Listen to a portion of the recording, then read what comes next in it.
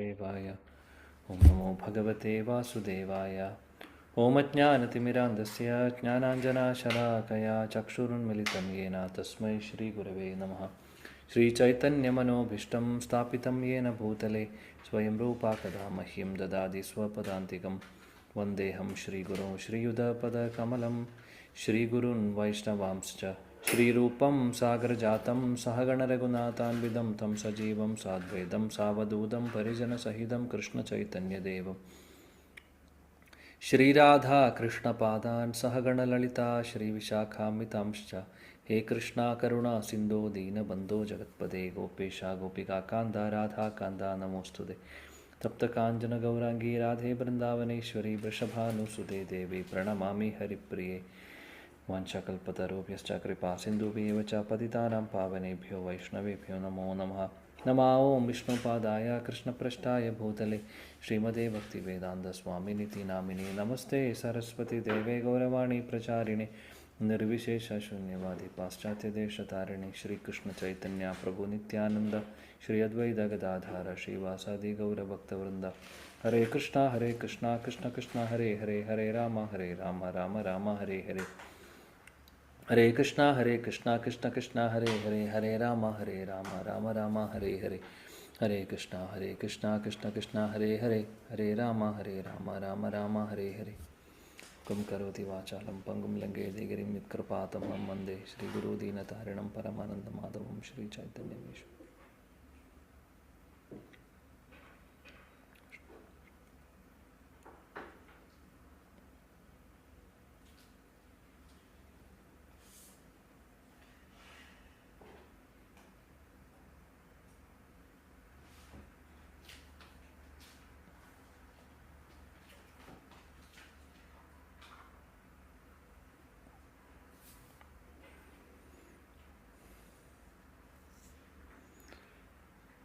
Hare Krishna.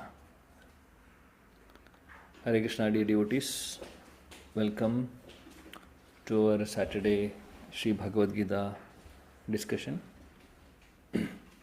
By Krishna's mercy, we have reached till 11th verse of 2nd chapter. So before we begin today's session, today is very auspicious day. Today is the most auspicious appearance day of Lord Sri Balaram. Lord Sri Balaram is none other than Krishna. He is Krishna only. He is Krishna's expansion actually. He is Krishna's first expansion. So Balaram and Krishna are, we know that in the manifested pastimes they are brothers. In the Goloka Vrindavana, that is in the spiritual world, in the Krishna Loka also, they are brothers. And when they came here, or when they are coming here for their for the pastimes, they came 5,000 years before. We all know that in the current Vrindavan, were in the near to the Delhi, we know that that's a place called, there is a place called Vrindavan, and that Vrindavan is the place where Krishna and Balaram and all the associates came and performed their pastimes just 5,000 years before. So today marks the auspicious appearance day of Balaramji. Sri Balaram is very important incarnation or expansion of Krishna. The most important, we can say, everything begins from Sri Balaram.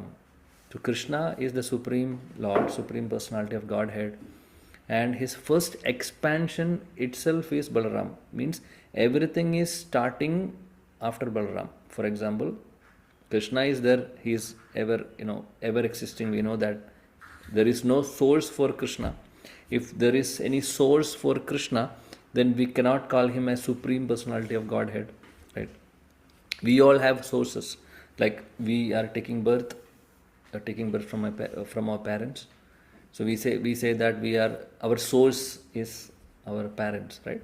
So like that, if you see, everybody has their own fathers and forefathers, and like generation is coming like that. But if you ask Krishna, if you talk about Krishna, actually he is the source of everybody or everything. So there is no source for him. He is the ultimate. Everything started from him, everything will be ending by him only. Everything is from him, basically. So then we may think that then how come Yashodarani, how come Nanda Maharaj, both of them are Krishna's parents in the spiritual world? Yes, they are parents, no doubt. But again, we should understand that Krishna is enjoying or doing so many pastimes. So one of the pastime, or one of the relationship for the devotees with Krishna is the parental love. So for exhibiting that, Krishna is Krishna becomes the son of Yashodarani and Balaram. Yashodarani and Nanda Baba. Similarly, Balaram also. Everybody in the Krishna's expansions. So like that. But Krishna is the source. That's the point. So if Krishna is the source, then what next? There should be Krishna Loga.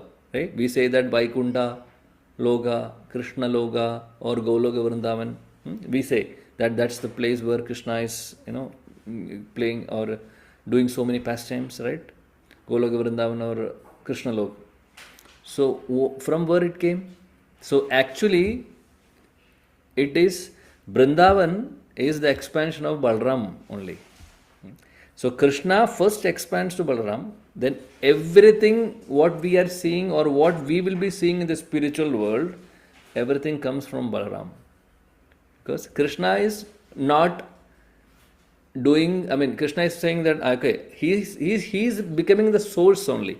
After that, whatever is happening, he is assigning that to different personalities. And the most important personality is Balaram. From him, the entire spiritual world is coming, or Gologa Dham is coming from Balaram, actually. Balaram is expanding as the Vrindavan Dham. Balaram is expanding as so many different, he is serving Krishna in different ways. So different ways, as friend he is serving, as a servant he is serving, and also as like a fatherly, motherly affection he has to Krishna. So different rasas, we can say bhavas or melos, Krishna has with Sri Balaram. So he is the primary, or we can say the first expansion of Krishna, and all the incarnations. So we spoke about Vrindavan itself. The Dham itself is coming from Balaram, or we can say Dham itself is Balaram's expansion, right? So if that is the case, what about other incarnations of Krishna? What about other expansions of Krishna? Everything actually comes from Balaram. So for example, Krishna, in the scriptures it is very clearly said that Krishna is the source, and from him comes Balaram, first expansion, and from Balaram there is so many expansions, and the most important some expansions are like, we call it as Chaturvyuha. Chaturvyuha means there are 4 expansions, quadruple expansions. That is some Vasudev, Sangarshan, and Pradyumna and Aniruddha. We are talking about Krishna's expansion in the spiritual world, in the Krishna Lok. So from Balaram, these 4 expansion comes, and from that Sankarshana, Vasudev, Sankarshan, Pradyumna, Aniruddha. From that Sankarshana, again expansion is there, and that who is coming from Sankarshana is none other than our Lord Narayana. Lord Narayana with the 4-handed form. We know Lakshmi Narayan's Narayan is actually an expansion of Sankarshana. That Sankarshana is called as Moola Sankarshana, and that Moola Sankarshana is coming from whom? Sri Balaram. So basically, Balaram is the source for Narayan also. Then after Narayan ji, from Narayan there is again expansion. So it comes like that. So from Narayan, again these 4 sets of 4 quadruple expansions are there. Means this Vasudev, Sankarshan, Pradyumna, Aniruddha is again coming. Second quadruple expansion. That coming from Narayana. And from that second Sankarshana, who is coming? Our Vishnu Murtis, like Mahavishnu, who is Karana Udagasai Vishnu, and Garbho Udagasai Vishnu, and Shiro Udagasai Vishnu. All these are Purusha avatars. All these Purusha avatars are coming from Sangarshana, and that Sangarshana is none other than Balaram. So that's the point. So everything, if you see, if you go back, if you see the chart or if you see that hierarchy, we can see all the expansions. Krishna is expanding to Balaram only. In the sense, that's all. Krishna has so many other pastimes to do. So he is not bothered about other things. In the sense, he is assigning to Balaram, now all the expansions you have to do. So from Balaram then comes everything. So that's the point. So he is very, very important person. Very, very important person. That's one aspect of his, expansions and the position of Balaram. And Balaram is having this same, he's like Krishna only actually. He's actually like Krishna. There is no much difference. There is difference in the color, in the complexion. Krishna is bluish black and Balaram is fair complexion. And second difference is that in the mood there is some difference. Krishna is the Bhagavan. Bhagavan means he is the enjoyer, and not only enjoyer, he is the person who is being served by everybody. That is the position of Bhagavan. But Balaram's position is serving. Balaram's position is serving Krishna. So Balaram is like a servant, and Krishna is the owner or boss. It's like that we can say. And our Prabhupada coins them, both of them like this. Krishna is the Supreme Personality of Godhead, and Balaram is the Supreme Personality of Servitude Godhead. Servitude Godhead means the main servant of the Godhead of the Godhead of the servants of Krishna. That is the position of Balaram. And that's one point. Secondly, Sri Balaram, the name Balaram, if we split it, we can understand. Bala means strength, we all know. Rama means one who is giving pleasure to others. That's the meaning. So one who is giving pleasure to others, of course Krishna or Krishna's expansions are giving pleasure to others. That meaning we can understand. And Bala, what is that Bala? Bala means strength. And what kind of Bala? It's spiritual strength. Spiritual strength. So the point is that devotion or that service attitude, what all of us are having. I'm not talking about talking about only the devotional or spiritual, devotion or services. Talking about even the normal service attitude, what we have. No, we have this attitude of service, serving somebody. Like for example, mother and father is serving the children. Children will be serving father and mother. Husband is serving whom? Wife and others. So wife is serving husband. So there is a lot of services in between, right? So that is the point. So that is just in the normal relationship. Similarly, if you see in the spiritual aspect also, there are so many. Everybody is serving Krishna basically. So that service attitude or that quality of serving Krishna is actually sprouting from Balaram, because he is the servitude Godhead. That's the point. So that service attitude is very important in our spiritual life. And the strength for that service and all the empowerment for that service attitudes, for the services, and the bala or the spiritual strength for our sadhana, the spiritual strength for our devotional service, everything is actually coming from Balaram.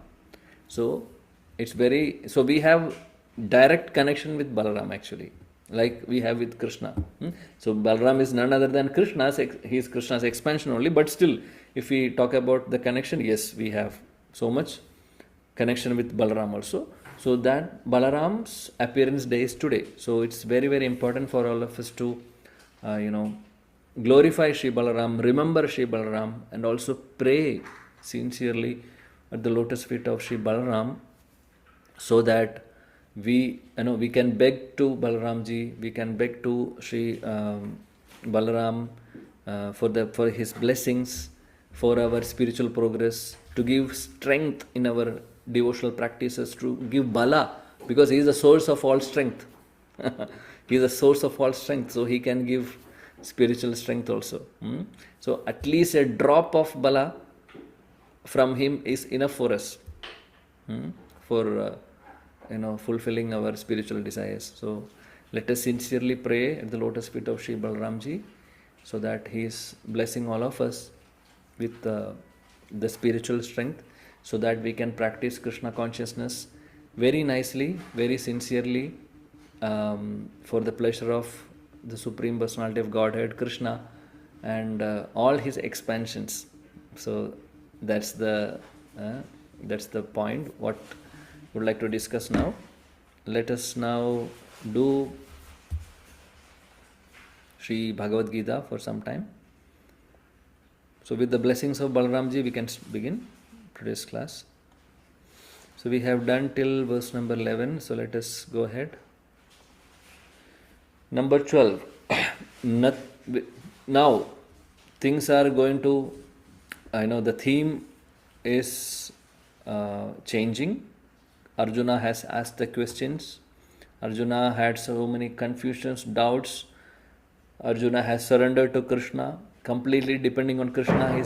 He's requesting Krishna to become like a spiritual master and advise him, right?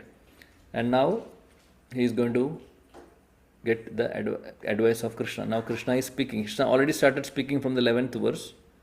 Ashocyan anvashocyastvam prajnavadam sabhashase gadasun agata sumcha nanu shochanti panditaha. He said, Oh Arjuna, he is saying, the Supreme Personality of Godhead Krishna is saying that while speaking learned words, you are mourning for what is not worthy of grief. So you are lamenting for something which is not important. So you are simply lamenting. You should not. Then he says that those who are wise, they will never lament either for living or nor for dead.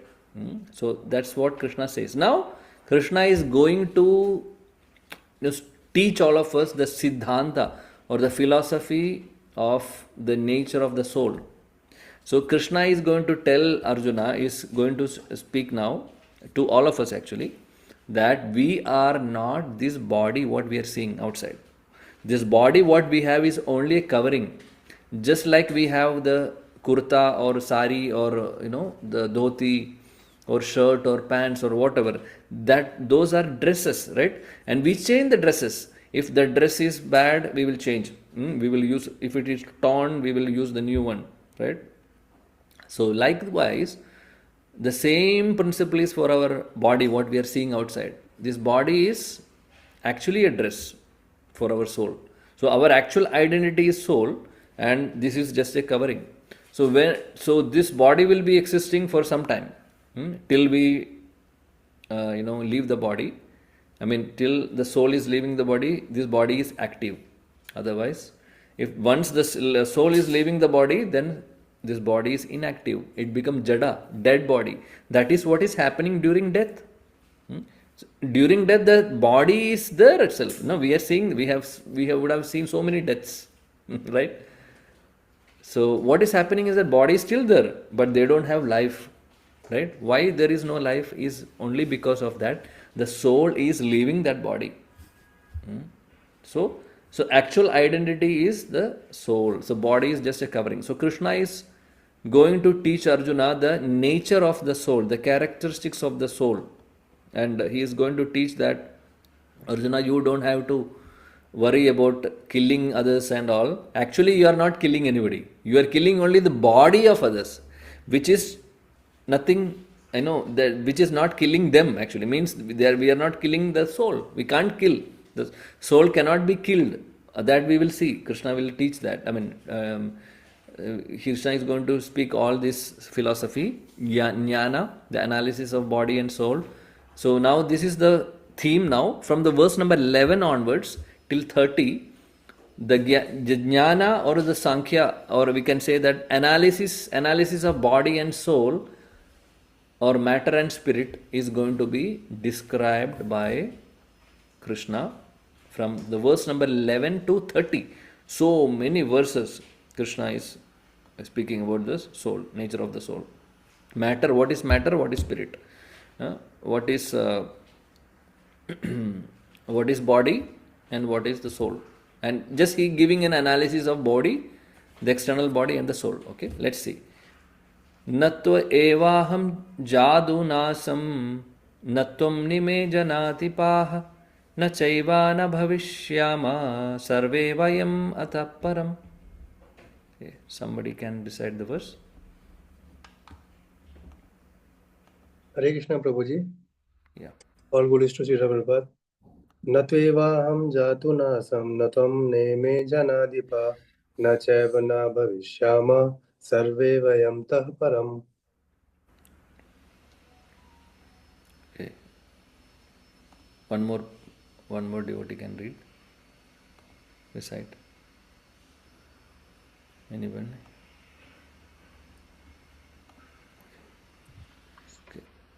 Okay. Translation. Hare Krishna. Hare Krishna. Natvevaham jadunasham natvam neme janadipa na chaivam na bhavishyama sarve vayamadam param. Hare Krishna. Thank Thank you. you, Prabhu.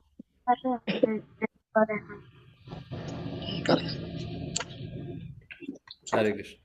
Yes. Vaham jadunasha natunne me janatipa nacheva nabhavishyamam sarve vayamadapara. Thank you, Gautam. Hare Krishna. So translation. Somebody please. Hare Krishna Prabhuji. Yeah. Never was there a time when I did not exist, nor you, nor all these kings, nor in the future shall any of us cease to be. Hare Krishna. Thank you. So Krishna is saying here, never was there a time when I did not exist, nor you. What is the meaning of that? He is saying that you are always there, I am also there, all these kings are always there. There was no time when you or anybody or me or anybody did not exist. That means we are always there. Nor in the future shall any of us cease to be. Krishna is saying that in the future also we are going to exist. We are not going to die. What is the meaning of that? That means our soul is not dying. Soul cannot be killed. Body can be killed, of course. So our existence is always there. Because Krishna created us, from that moment onwards we are existing. And that will be forever. Now there is no death actually. In fact, again we are talking about our identity as a soul, not as a body. Of course, body, the death is definitely will be there. All of us will die. But we are talking about the death of soul. There is no concept of death of soul. The soul is always existing. So that is the point Krishna is saying here. Always, all of us are there. Was there, you are, was there, is there, and will be there. That is the point. Prabhupada's purport, Srila Prabhupada ki jai. In the Vedas, in the Kata Upanishad, as well as in the Shvetashvatara Upanishad, it is said that Supreme Personality of the Godhead is the maintainer of innumerable living entities in terms of their different situation, according to the individual work and the reaction of the work. That Supreme Personality of Godhead is also, by his plenary portions, alive in the heart of every living entity. Only saintly persons who can see within or without the same Supreme Lord can actually attain to the perfect and eternal peace. So Kata Upanishad or Shvetashvatara Upanishad, so both are Upanishads. There are so many Upanishads written by Srila Vyasadeva. So in all these Upanishads we can see that the supremacy of Krishna is being mentioned, that the Supreme Personality of Godhead, Krishna, is the maintainer of everything, of every living entities, according to the individual work and reaction of work. That what is the meaning of that? According to the karma, according to karma of the living entity, he is giving the, he is giving, providing a proper body, he is giving a proper place for them to be active, to be, to work or, whatever. So according to our karma, we are getting the body, and we are getting where we are going to take birth, or what we will be doing. Everything is depending upon our karma. So that is being facilitated by Krishna. And he is maintaining all of us also. Maintenance means we need water, we need air, we need sunlight, everything we need, right? So Krishna is, and we need food, everything Krishna is providing. That is why he is called as maintainer. And that Supreme Personality Godhead, by his plenary portions, alive in the heart of every living entity. So Krishna is maintaining all of us, that's one point, creating all of us, maintaining all of us, and also he is living in our heart also, as Paramatma, as super soul we call. And that super soul is always present within us, near to our actual, we are souls. We are already saying this many times. We are not this body, we are spirit souls. That spirit soul is called as Jivatma, and that Jivatma is our actual identity, and near to that actually Paramatma is also there. That is Krishna. He is living, he is with us, not only with us, with everybody, every living entity. What to speak of living entity? Even he is present in every atom. In every atom, Krishna is there. As Paramatma. Okay. Nityo nityanam chetanas chetananam eko bahunam yo vidhati kaman tam atmastam ye nupashyandi dhiras tesham shanti shashwati netaresham. Kathopanishad 2:13. The same Vedic truth given to Arjuna is given to all persons in the world who pose themselves as very learned, but factually have but a poor fund of knowledge. The Lord says clearly that he himself, Arjuna, and all the kings are assembled on the battlefield are eternally individual beings, and the Lord is eternally the maintainer of the living entities, both in the conditioned and the liberated situation. So Krishna is very clearly saying in the verse itself that Arjuna, yourself, all the kings assembled in the battlefield, all of them are individual beings, and they are eternal. They are all spirit souls. Okay, you can see the body outside, but they are spirit souls, and they are always there. And eternally, eternal means there is no death. It's always ever existing. The meaning of eternally means ever existing.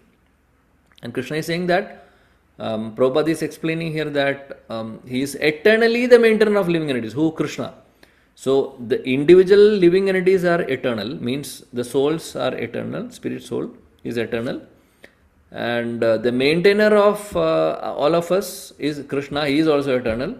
And not only that, he is maintaining us eternally, means he is always maintaining us. And he will be maintaining us also. That's the point. Both in the conditioned state and liberated situations. So as long as we are in this material world, Krishna is maintaining us. And when we go to the spiritual world, that time also Krishna is with us. So in any circumstance, any situation, eternally Krishna is with us. That's the point.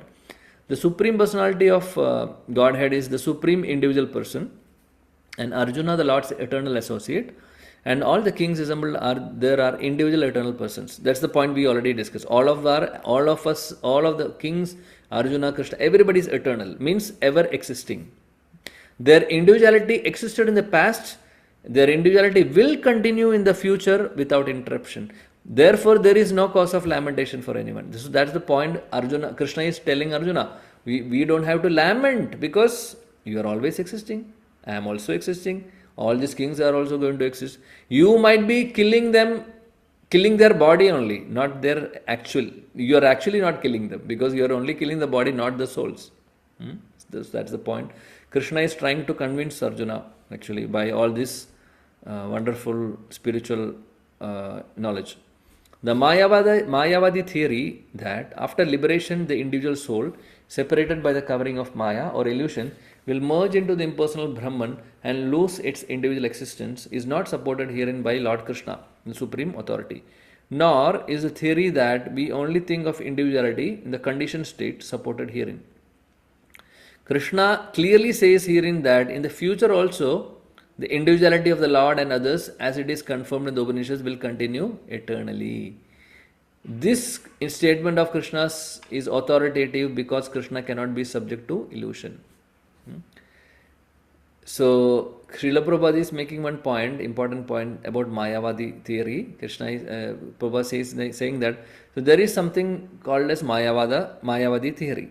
So, Mayavadi theory is nothing but it's a concocted, not concocted. We can say that that's yes, we can say that not the actual scriptural understanding. Mayavadi theory is a little distorted, not little distorted, completely distorted theory, conception, different from what is actually meant or what is being said in the scriptures. So basically, the Mayavadi theory they say that there is no difference between individual soul and the supreme soul or Krishna. So what they are trying to say is that there is no difference between the God and us. So we are equal to God, they say. They say both are spirit souls. One is Paramatma or one is Jivatma, but actually speaking, both of them are equal. That is the theory what they say. But actually, that is a wrong concept.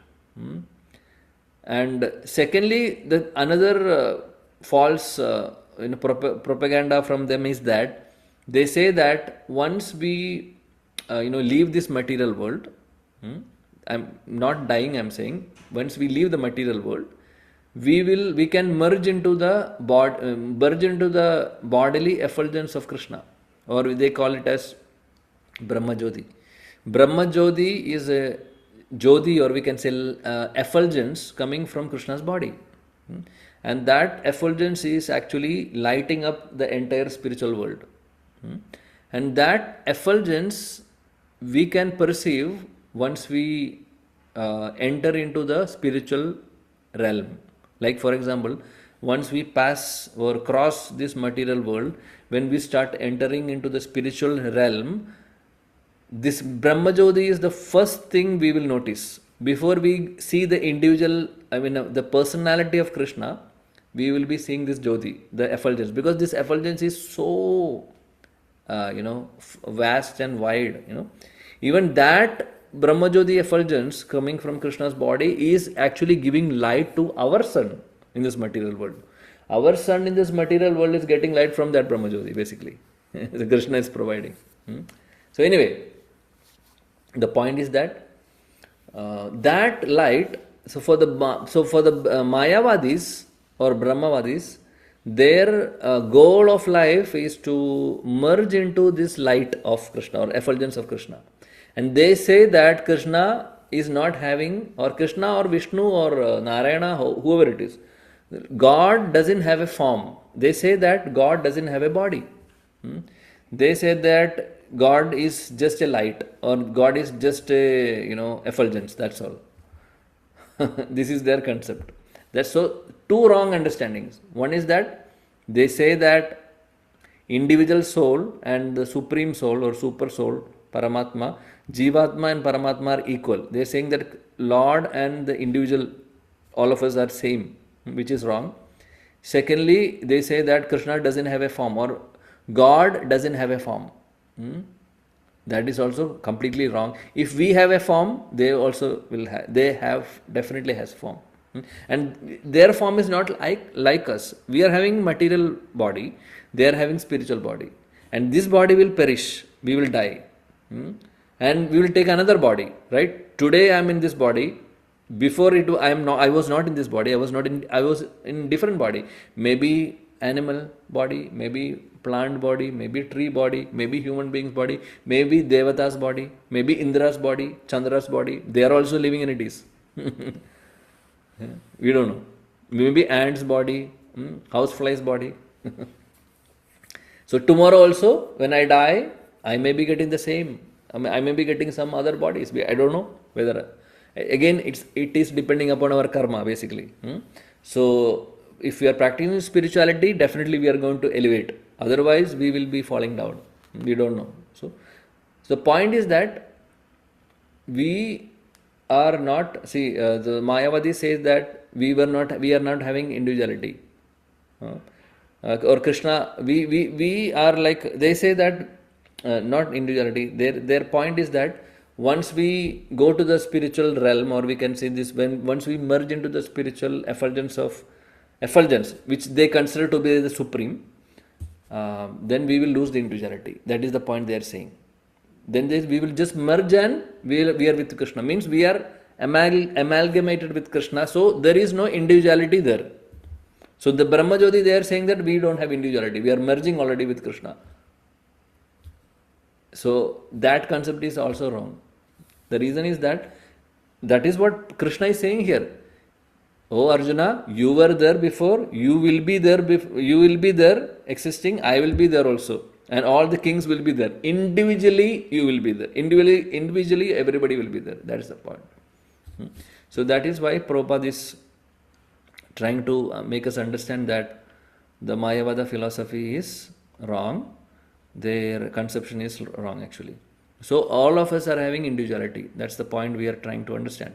This statement of Krishna is authoritative because Krishna cannot be subject to illusion. Krishna is the Supreme Lord. So he cannot be subject to any illusion. Whatever Krishna is speaking is the correct facts.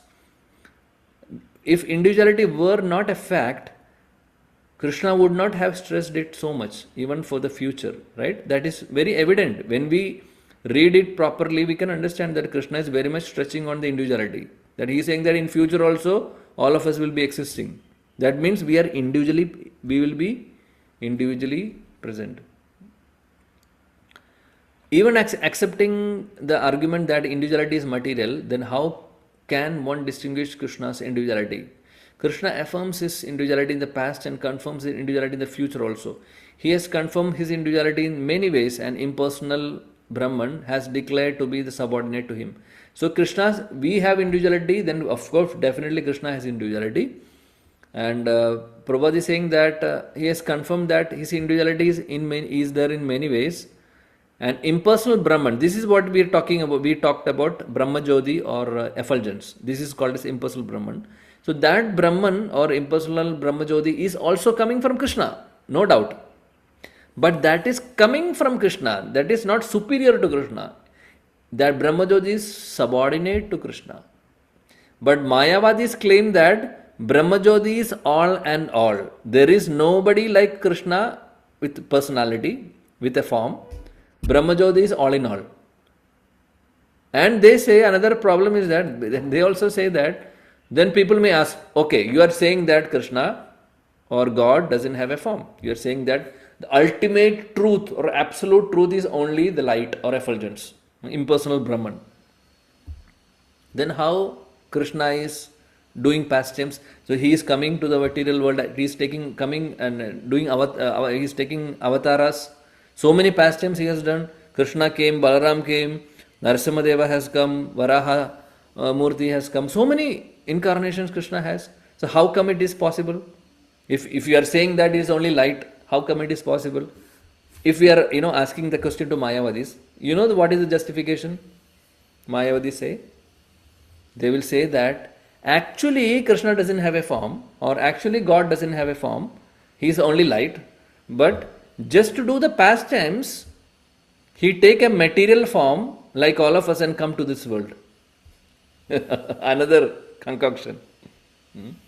So their conclusion is that Krishna is taking a material body like us. Means there is birth, death, old age and all for Krishna also, or God also. That is their claim, which is wrong. Krishna comes in this world to perform pastimes and to reclaim all of us.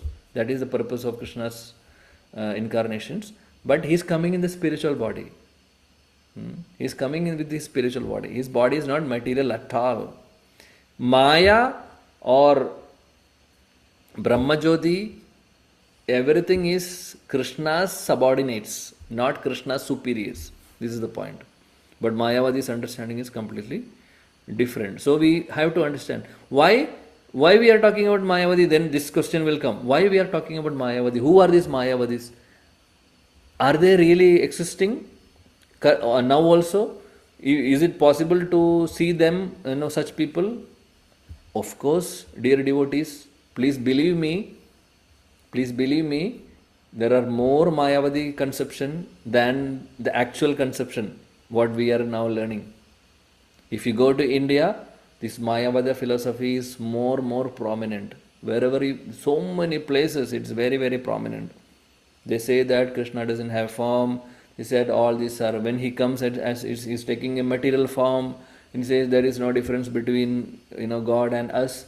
And even the Mayavadis, call others as Narayana like that. Oh Narayana, the way they speak to others, if we want to call somebody, we call by their name, right? But these Mayavadis generally call them as Narayana, everybody. Okay, they are at least chanting Narayana's name, that's okay. But the understanding is different. They are calling everybody as Narayana, means you are also God, I am also God, he is also God, she is also God, everybody is God. We are all gods. Hari Bol. What a wrong conception. So, to make us understand, Prabhupada is explaining all this here. Not only here, he is explaining in many purports. The reason is that there are so many Mayavada or something similar to these philosophies are very prominent in India. Very prominent. We would have heard about Sripad Shankaracharya. Sripad Shankaracharya is actually an incarnation of Lord Shiva. So Sripad Shankaracharya's teachings has been distorted and it came as Mayavada actually. So Shankaracharya is a pure devotee. He came to this world to stop Buddhism, because there was so many things happening because of Buddhism. Again concocted from the actual Buddhism. So many, this is the problem. Something Krishna came as Buddha. Why he came as Buddha? So we need to understand that also. What was happening in the previous time? In the previous many number of years, people were misinterpreting the Vedas, literature, Vedas. All the Vedas people were misinterpreting. Means they started doing all the nonsense, saying that it is mentioned in Vedas. For example, killing of the animals, cow sacrifice, animal sacrifices, all this himsa, they started doing, saying that it is there in the Vedas. Then it has become so problematic. Krishna had to come as Buddha. And Buddha came and said, please stop all these animal sacrifices and all. Not only that, he said, do not believe in the Vedas, just forget about Vedas. He propagated Shunyavad, voidism. He said, after our death, we are going to be void. There is no existence for us. He propagated in that way, because the reason is that during that time, people were, he had to stop somehow this nonsense or misinterpretation of Vedas. So for that, he had to take an incarnation as Buddha. So that was a temporary, that was a temporary, phase wherein Krishna wanted to stop, or Krishna or Vishnu wanted to stop that unnecessary misinterpretation of Vedas and killing of so many animals. So many things were happening. So then what happened? Then in the next phase, Krishna always does in phase to phase. One phase, second phase, phase 3, phase 1, phase 2, phase 3. I'm talking about PHASE phase, okay, not FACE. So in the first phase, he came as Buddha and he told everybody to reject Vedas. So everybody started following Buddha. After some time, Krishna sent Shankaracharya, Sripad Shankaracharya, and told him that just get rid, throw away or, throw this Buddhism out and bring the Vedas back.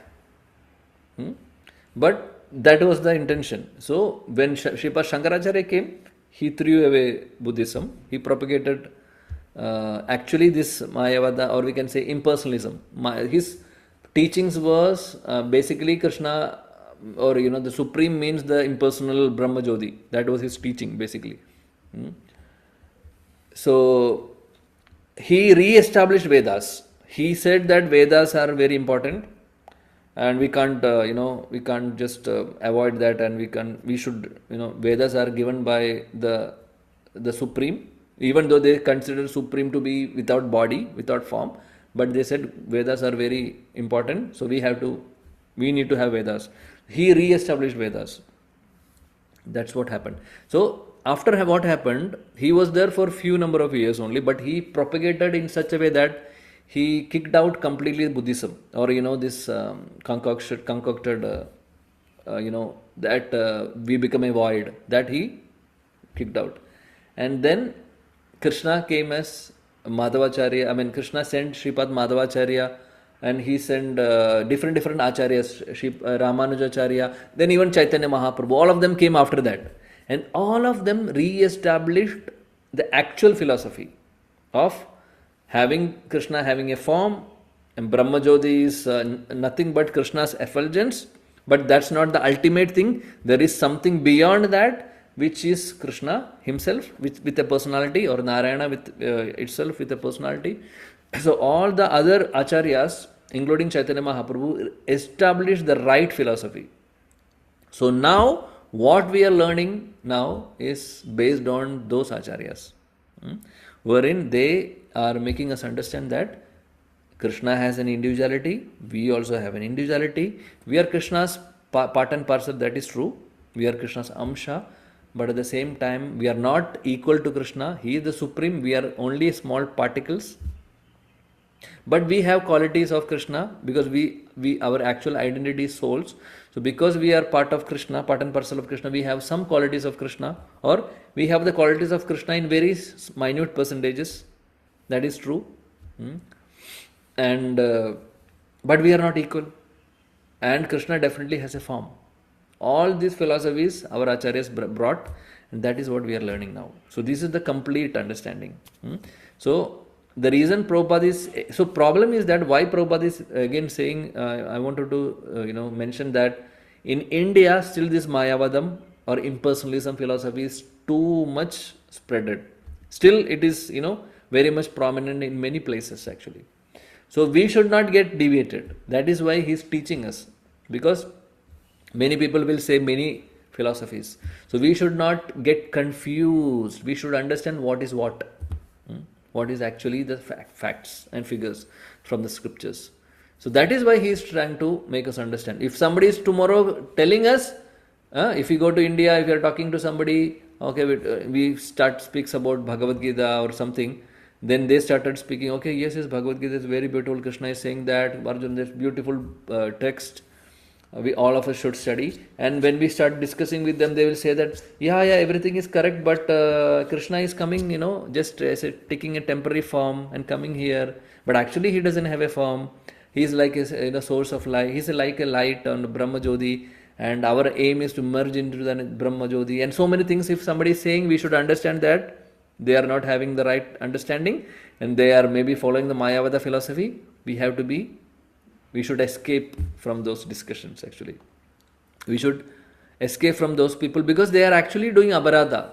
The reason is that they are saying a wrong thing about Krishna, that we are equal to Krishna, which is too much.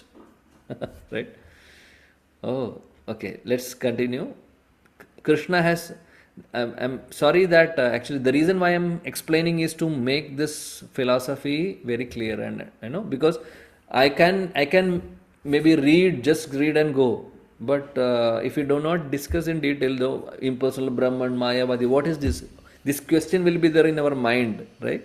So we are trying to clarify. That is why it will take time. Our journey will be little slow, but we are going very deep. Journey is slow, but we are going deep. Otherwise, we may complete Bhagavad Gita, we may complete any other text. We can complete. It's not very easy. Just read and read and read and read and go. But what we are reading, we should understand also, right? Then only the convictions will come. Then only we will become, serious also. Otherwise, it will just become a ritual. It will not become spiritual. So we should add SPI in front of ritual. Then it will become spiritual. So it will become spiritual when we understand it and we realize it and we follow it. So that's the point that is why we are taking more time. Krishna has maintained spiritual individuality all along. If he is accepted as an ordinary conditioned soul in individual consciousness, then his Bhagavad Gita has no value as an authoritative scripture. So Prabhupada is again telling that Krishna has an individuality, and if there is no individuality, then Bhagavad Gita doesn't have a value. Correct, right? Somebody is saying something. If Krishna doesn't have a individuality, then how can we say that Bhagavad Gita is authorized? But actually Bhagavad Gita is authorized. Why? Because it's coming from Krishna, and Krishna has individuality. He is a supreme personality of Godhead. A common man with all the four defects of human frailty is unable to teach that which is worth hearing. The Gita is above such literature. So again, I think we have discussed about four defects of human frailty.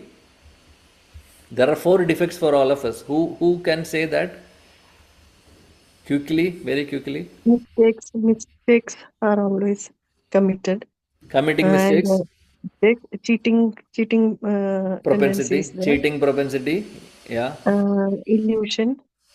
Yeah, we are Under the illusion. illusion. And one more thing is there, Prabhu. I forgot. What Our is that? senses are imperfect. Perfect. Our senses Very are nice. imperfect. Very Yeah, nice. thank Yes. Very good. So our senses are imperfect. We have a cheating propensity, and we are in illusion. Illusion means what is correct, we are thinking in a wrong way. Like we are in the night, if we see a rope in the ground, we may consider it to be snake. So that is illusion. Similarly, when we take it in a different way, we think that we are this body, but actually we are not this body, we are actually spirit souls. So if we are considering that we are actually, our identity is body, then we are in illusion. That's the point. Okay.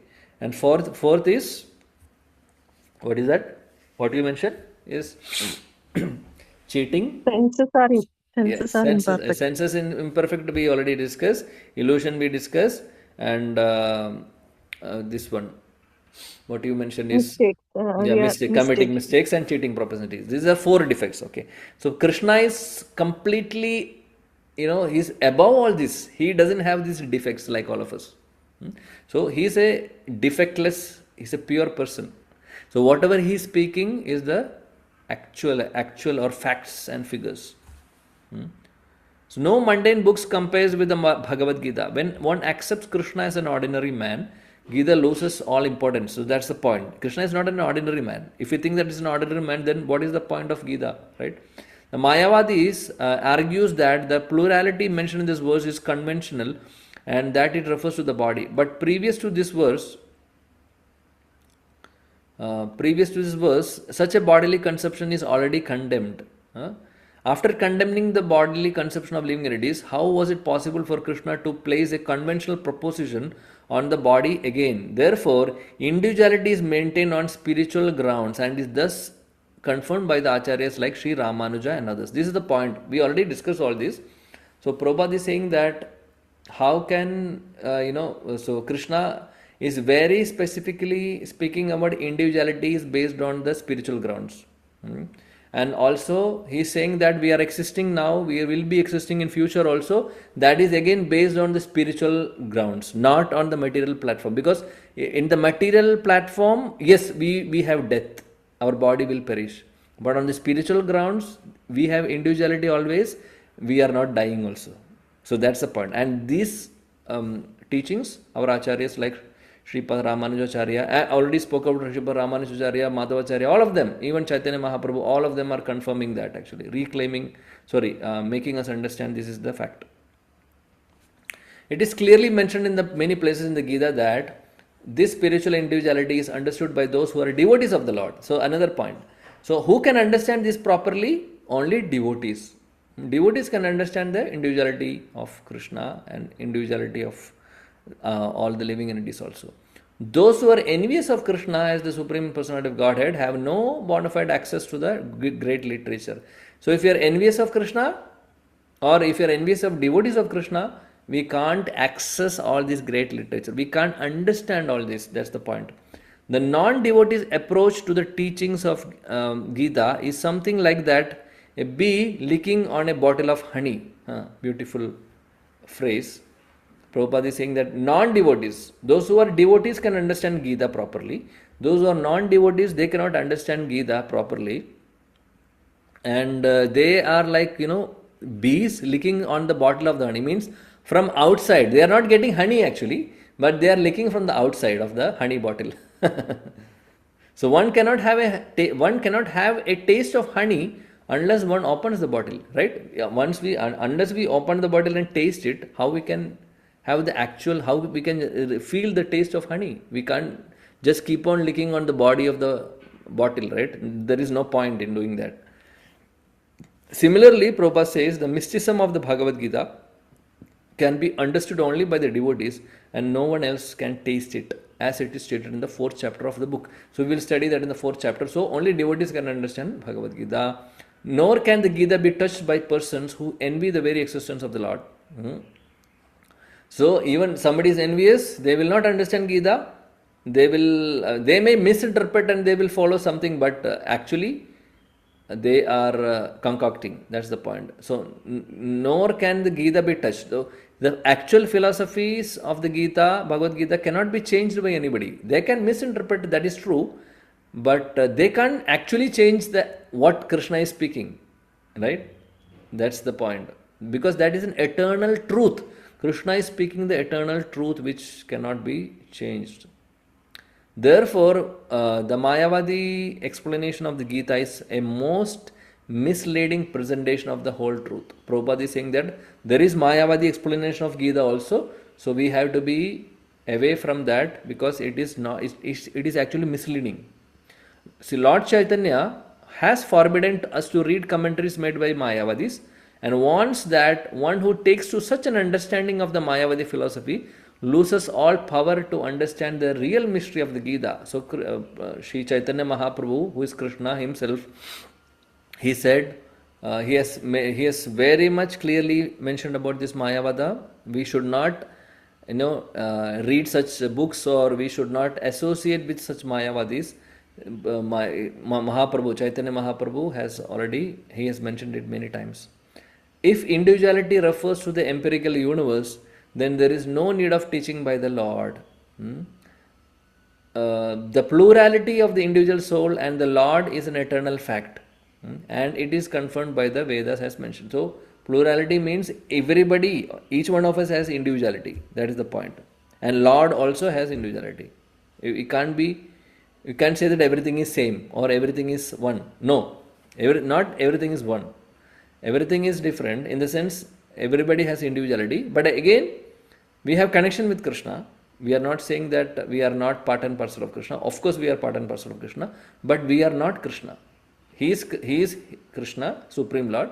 We are just his parts, a small, minute part and parcel. That's all. And that's the actual fact. And we are having individuality. He is also having individuality. That's the point. And it is the actual confirmation from the Vedas, but not concocted idea like Mayavadis.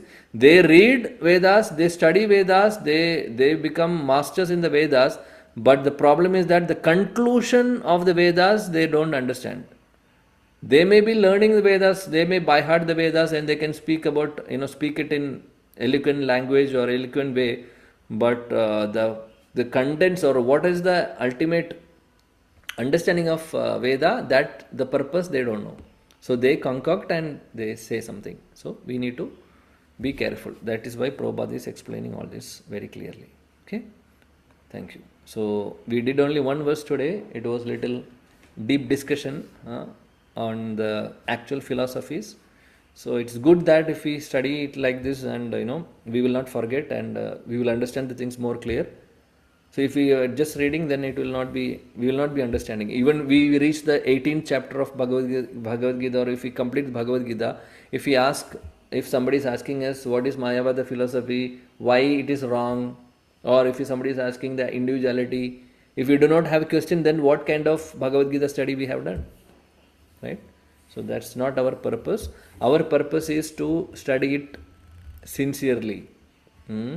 Like a sincere student studies the subjects in the school or college.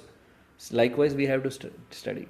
Then only we will get good marks, right? The student will get good marks only when they study properly, sincerely, systematically. Similarly, we have to study systematically. Then only we will get good marks. Means then only we will get purified. Then only we will be having. Our faith in this Krishna consciousness will increase. Then only we can please Krishna. Then only we can go to Krishna's abode, right? So we want to go there. So for that, the journey is little bit, deep.